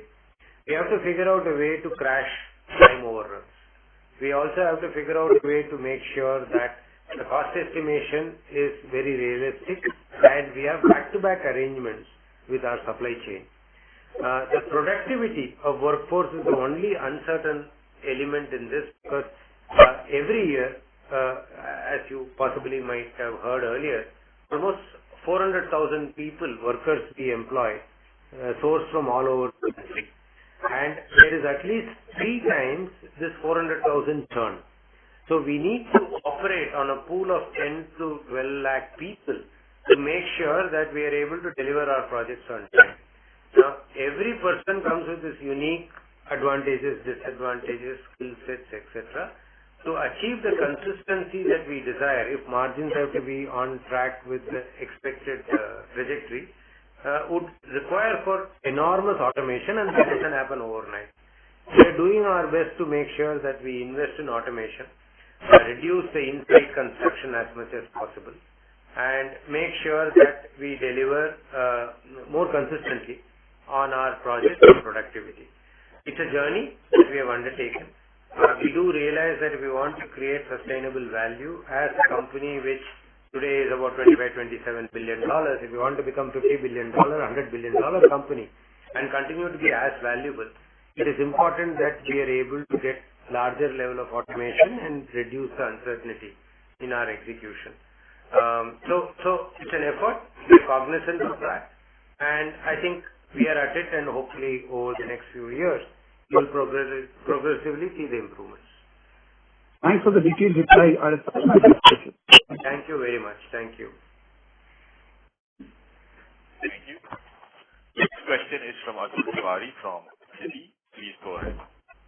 Yes, sir. Thanks a lot and congrats on a very strong performance. My question is on a thermal power opportunity. I mean, you alluded to it, but what exactly is keeping L&T away from this opportunity? Because you have both the EPC as well as the BTG manufacturing capability. And the government is talking about 80 gigawatts or so of orders over the next few years, which could be pretty substantial. See, the terms of trade in thermal, so far as the experience go, has not been very contractor friendly. It is the thermal capacity is largely being added by PSUs today. Private sector is not really investing, and such of those private sector which is invested in thermal capacity is in front of NCLT. So, given that PSU is your client, there is a bit of an unevenness in commercial relationship. You can define only that many terms that you can foresee in a contract. Let me contrast it with the experience that we have with Middle Eastern contracts. Now, there also it is inconceivable to have everything predicted upfront. But as the project gets implemented, we definitely sense a certain amount of support that the sponsor provides to make sure that the project gets completed on time. Unfortunately, in Indian conditions, there is no penalty for delay, but there is penalty for decision making by private sector enterprises. They are scared about taking commercial calls, which is just outside the four walls of the contract that we sign up with. But project business does not work exactly on the printed contract lines, because there are dynamics that are at play and which makes us deviate from the contractual situation. So if the client is interested in completing the project and he is going to be evaluated for completing the project in time, which is not the case with our public sector enterprises, then they will do everything to make sure the contract completes. Here we find the situation that let me see how you complete, or I will see when you complete seems to be the attitude. That doesn't work with us. I think we have become a large company and we have investors who expect us to become even bigger, and that can happen only if we climb the right ladders.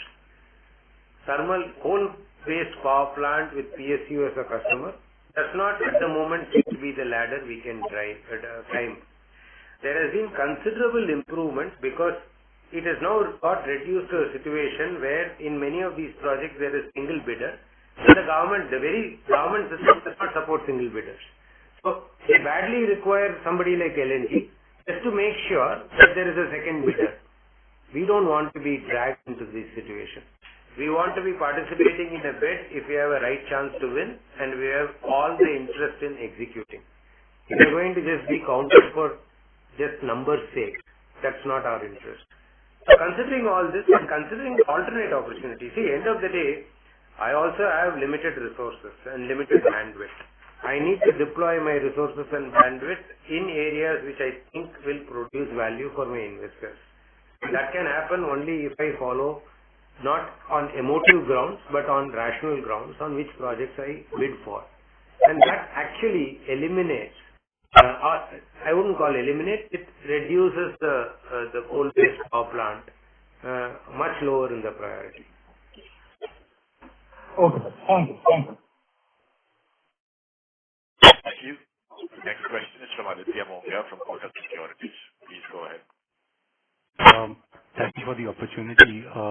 I think two parts to my question. The first one being, when you say 10% growth against a 12 trillion pipeline, it kind of assumes that your hit rate will be more than 20%. Could you give us a sense of segments where you think you would be able to do this type of hit rate or even better? That's the first part. The second part is, again, you're relying on domestic order inflows to grow next year. Are there certain large-sized programs such as Petchem that you are relying upon? Some more color would be useful. Those were the questions. Thank you. See, this pipeline, in a way, is an aggregation of opportunities that we see today. We find that roughly about 7 lakh crore out of the 12 lakh crore comes from Indian opportunities, and about 5 lakh crore from international opportunities. And in Indian opportunities, predominantly it comes from infrastructure space. Areas like water, which we think requires substantial investment. Area like Davis civil projects where fair bit of large projects in urban transportation, the bridges, infrastructure in the borders, etc. are involved, will get government allocation because of the preferences, whether it is political preference or security preference, the preferences exist. The standard growth momentum in areas like our buildings, factories area, in our power transmission distribution, those or any of the industrial capex, they remain encouraging, but could change between one timeline and another timeline. So our sense is that given a 20 to 25% win rate, If we are able to actually participate in bids worth 7 lakh crore domestic order, we should be able to clock in somewhere between 1.5 lakh to 1.8 lakh crore, which is what we are seeing. In the year that we have just reported, we are close to 1.5 lakh crore of domestic orders, and that would possibly become 1.7, 1.8, maybe 15% growth. On international, we have deliberately reduced the target. We don't know. It is not that we will let go of opportunities, but we do think that considering Saudi, which is a very large component of our international market, has gone on to some investment prioritization mode and not necessarily slow growth mode, but they just want to prioritize the investment to the purpose that they cater to. So given that, we have said instead of 1.8 lakh crore, we will possibly target about 1.5 lakh crore in the current year. But these are not cast in stone. I think we'll have to keep watching this space and see whether the bids play out accordingly. Our own belief overall, given the 3 lakh crore large base that we have set for ourselves at the end of FY24, 3 lakh 30 could be something that we will reach. But interplay whether how much of domestic, how much of international, which sector, etc., we will keep talking to you as we go along the quarterly conversations. If I may just, 3 years back, the hit rate was about 15% on an overall basis, which we expect to go to kind of 20% plus. I'm just trying to kind of get a sense that certain sectors are competitive positioning has improved, or let's say the competition sectors has kind of scaled down for us to be confident of a 25% hit rate on an overall basis in domestic. See, I think the competition exists at the lower end of the project spectrum. I think you yourself would have sort of seen the kind of projects that they are bidding, participating and executing are far more complex, both engineering-wise and scale-wise. I mean, just take the most apparent example of Trans Harbour, 21 kilometers across the sea, or coastal road, the kind of challenges, technical challenges we have, the considerable amount of tunneling that we are doing for metro or for coastal road. This obviously reduces the number of people who are competing. The eligibility is lower. Not to say that there won't be any competition. There will be competition because the sponsors would like competition for better price discovery. But instead of 10, 12, 14 people competing, we are increasingly looking at projects where 4 or 5 people compete. So we have given ourselves, and that is demonstrated in the last year. Our win rate has almost been 23% in what we are doing. So we are thinking upwards of 20% is what we will continue to win going forward at the opportunities. As I mentioned earlier in some other context, all these are just estimates as we see now. This is something that we'll have to keep on watching because we are in business only if investments are being made. And investments will be made only if funds are available and there is a policy prescription which is supportive. So these two are beyond our control. So to some extent, we have to depend on what card gets dealt on the table and then pick up from there and move it forward. Thank you for your response. Those are my questions. All the very best. Thank you. Thank you. The next question is from Jonas Buddha from Birla Mutual Fund. Please go ahead. Thank you for the opportunity and congratulations on a great number, sir. 2 questions which are largely, more confirmatory in nature. Sir, if we see our order inflows for fiscal 24 for P&M business, it is about 2.4 trillion, 50% split between domestic and exports, which is like 1.2. So against 1.2 trillion international orders, you're saying that will probably clock closer to 90,000 because, the 1,80,000 number includes the services sector. The reason I ask this is then we are actually the ask rate on the domestic side is almost a 40-50% jump in terms of order intake. That's a more confirmatory first question. It's about 30% and not 50%. And secondly, you're right. 1 lakh The 150 that we spoke about does include the services, no doubt about that. And the services business, as you know, is currently going through sectorial headwinds. So we don't expect runaway growth in the services for the year. These are bets and assessments we are making now. We think that if the government were to return, and unfortunately I'm getting drawn into some political anticipation, but if the current government gets voted back, I expect continuity in policy. And that would mean that the investments that were held back in the last 6 months or so will get unleashed. And secondly, depending on the type of majority, if there are points to be proved and established, the momentum will change. But these are, I don't know. These are political led situations. But if you look at India, if you look at this being an economy which is expected to become third largest by 2030, it's important we invest in infrastructure.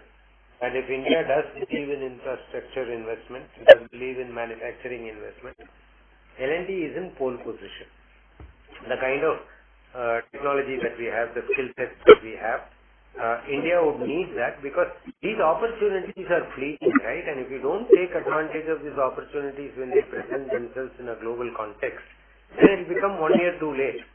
So my sense is that if there is going to be continuity in policy, forget about which government, continuity in policy, then India needs to now bug up. It set the pace so far in the last 3-4 years, and it has caught the world's attention. I don't expect US-China relationship to improve from here. Whether it is Biden or it is Trump, unfortunately, I think the choice is pretty predictable there. Overcomes. I think it's a question of degree of deterioration rather than completely changed style. India has a unique opportunity. I'm sure that the people at the helm of affairs are cognizant of this. And if India needs to capture this opportunity, it has to pick pace in infrastructure development and projects development. The projects could be in energy transition area, it could be in EV, it could be in any other, it could be semiconductor, it could be in any other import substitute, it could be in pharma. But all of this would mean that you should have a port logistics, you have airport logistics, you have road connectivity, rail connectivity, and you should have people working in different corners of the country with power at their homes, water at their homes, etc. So given the sheer potential, I do believe betting on India post-election does not seem to be a bad strategy. Well, time will tell whether we are successful, not successful, etc. I do believe that the growth that we are anticipating on the Indian side seems well reasoned at the moment. But as I mentioned, I think every quarter we have an opportunity to exchange views, and then we will see if there is any changed circumstances and whether that's going to have any change in our plans. Sure, sir. The views well appreciated over a 2 to 5 year period. Just that currently we have just 9 months operational from the government side, and we asked of 1,50,000 plus crores worth of inflows. For us, means at a country level higher. This looks like a bad kind of an assumption. That was my 2 cents on that. So the second confirmation question was again on margins. When we started FY2024, we knew our pipeline, we knew where largely sources are going to come from. Yet we started with a guidance of 9%. Even that we had also clarified that the claim settlement will not come a very large, but it's not a needle mover. Starting F25 with an 8.25 margin guidance, again, what seems to have changed? Because I can't wrap my head around. We already knew the kind of renewable pipeline that we had bidding, the hydrocarbon pipeline that we knew for bidding, and we have one slightly higher than our expectation. but, 8.25 margin and then sort of even tempering expectations from a slightly longer term perspective, so from an basic perspective, is also a bit confounding to me, sir. Now, I know I'm beating on the same bush, but would really appreciate what has changed. I'll also beat the same bush to see whether clarity has But what we will see when we predicted 9% or when we projected 9%, it has got nothing to do with fresh orders to be won, because much of the execution was out of the order book, and we knew what is the order book. Couple of things that changed during the year. We never expected the military escalation to happen. If you recall, 12 months ago, we were still talking about possibility of Russia-Ukraine war coming down and ceasefire being announced. We never expected a frozen war in Russia-Ukraine, and little did we expect there is going to be West Asia crisis of the type that we are today seeing. Secondly, we never expected possibly the supply chain disruption to continue the way it has done during the year. Earlier it was COVID, and later it was dispatch constraints at the various ports and airports. And now it's a question of a lot of orders being placed on limited number of people who have finite capacities and their ability to supply within time. The most recent of it being that the Houthis are firing at anything that passes by, so we have to take all the way around South Africa and spend more money and more time in getting our supplies done. So these were things that were not on our radar in April or May of 23 when we forecasted. Secondly, when we forecasted the order inflow of about 10%, we never expected to end with 30%. And we never expected the order book, which had 28% from international, to become a whopping 38% by the end of the year. The changed mix of international orders to domestic orders have also got a role to play in that absolute percentage margin that you are speaking about. Thirdly, neither you nor I anticipate that we will have capital intensity reduced to the extent to which we have done in the current year. We never, I'm sure in your model you predicted a 12% working capital, and we did not in our model. And as compared to 18% at the start of the year, 12% is a dream run. So given so much of uncertainty that has featured our landscape, the margin decline from 9% to 8.25 over the period of 12 months, in a way, is understandable to me. We have, realizing this progressively, revised our guidance down, even though it might look like disappointing on the earlier guidance. We have tried to stay true and current to our assessment at every point in time. Now, given the fact that we are at this stage, what is the green shoots that we are looking at where the margins will expand from 8.25 to 9%? Now, much of the costs that we have incurred in delivering towards our customers' requirement will get settled in due course. So, even though we did not budget large amount of claims in 23-24, there was a certain amount of claims we had taken, and those claims have also got deferred. So, to that extent, changed mix, deferment of claim settlement, and thirdly, the input cost, which was earlier commodity, later became fuel, now it is logistics and supply, labor cost. Given the fact that much of the jobs are now getting implemented in Middle East, the labor cost in Middle East is much higher than in India. Secondly, there are local requirements saying 30% of local workforce have to be engaged. When you have large investments happening and all the global players participating in those investments, the 30% compulsion to source locally means all of us rushing to the same source of either labor contractors or subcontractors for components. Now, that automatically skews the demand-supply situation and we are required to pay the price for staying in the dispatch of the supplier. So given so much of uncertainty, which is what I was saying in the context of another question, 100 basis points moving up and down is something that we need to possibly be prepared for. The compensating factor that we are using, because at the end of the day, what are we committing ourselves? We are committing ourselves to value creation. The value creation is a function of both margins and capital employed. Now we tend to focus exclusively on margins, forgetting capital employed has improved. And secondly, we also tend to forget that international business, which was 25%, is almost becoming 40%. So 40% of international business might actually make the margins look softer. But if you look at return on invested capital, it is far better. It is not without reason over the last few years we have moved the return on capital investment as well as ROE from the lower levels to where it is today. Today, as we speak, the ROE is close to 15%, and it was 9% 3 years ago or 4 years ago. So the efficiency of the business and the value it creates, I would urge all of you analysts to look at it a little more holistically and not just look at one element of value creation. If you look at it as to whether it's a company creating value for shareholders, does it do enough to have a buyback? Does it do enough to have stepped dividends? Does it do enough to have a promising future? I think the company ticks off the box.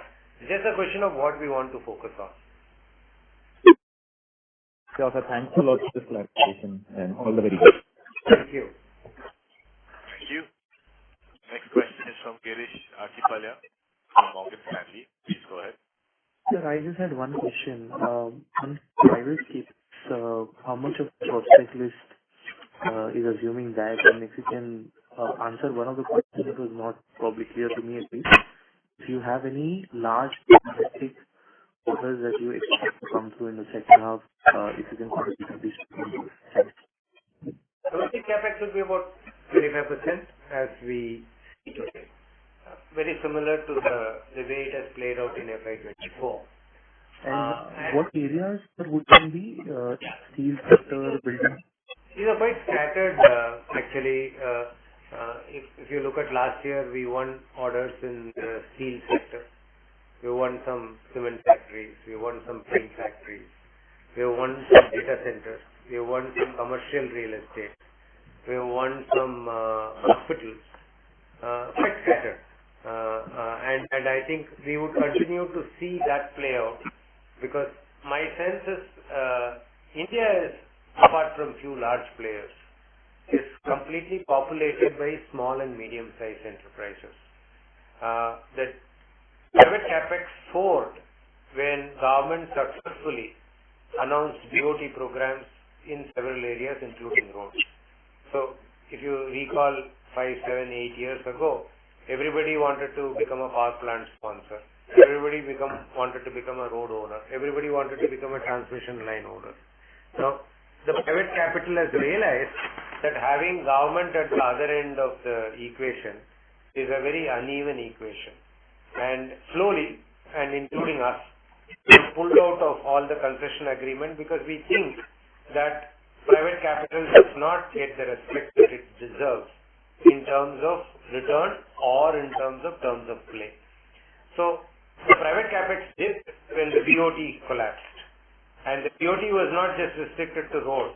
It was now becoming all-encompassing 5, 6, 7 years ago. And over time now it has become low.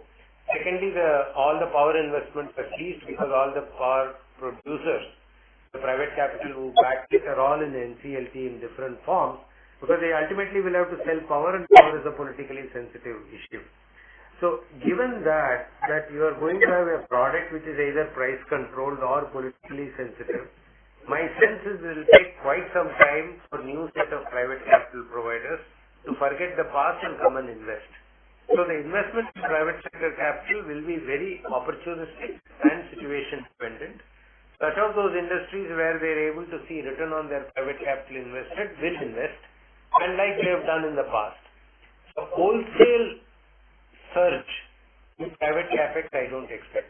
If the country wants to get its basic infrastructure in place, basic road network, rail network in place, basic urban infrastructure in place, world over it has been done on public capital. It can't be any different in India. The government has to take responsibility for this and get out of businesses which is suitable for private sector. For example, does government have any business to be in as many defense production areas? I don't think so. So the question is reprioritization and reallocation of capital. It will happen. I am very confident over time India will emerge with the right equation. And to that extent, I think the private capital surge will happen in a phased manner and not happen in a wholesale manner.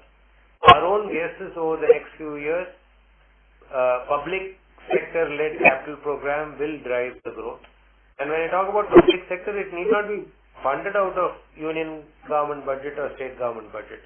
But the program should be sufficiently strong and robust for them to attract lenders of global standing.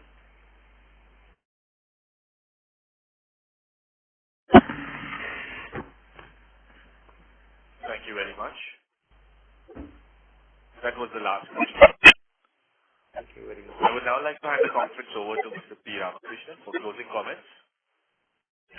Thank you everyone for attending this long call. It was our pleasure to interact with all of you. Good luck and wishing you all the very best. Thank you. Thank you. On behalf of Larsen and Toubro Ltd, I conclude this conference. Thank you for joining us, ladies and gentlemen.